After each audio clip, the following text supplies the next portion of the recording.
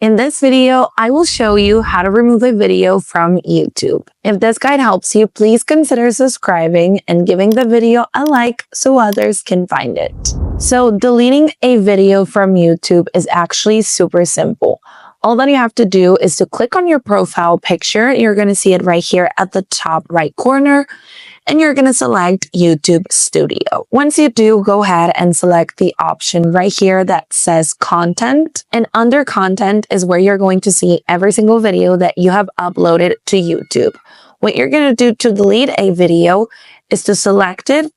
And right here on the three dots, you're going to click on it and you're going to have the option to delete it forever. YouTube is going to show you this pop-up telling you that this is a permanent action and you won't be able to get back this video. So if your decision is permanent, go ahead and select the checkbox and simply click on delete forever. Now, if you go back to your YouTube profile, I'm going to quickly show you how it's going to look. The video is no longer on my YouTube page. And that's it. Don't forget to subscribe, and I hope this video helped you.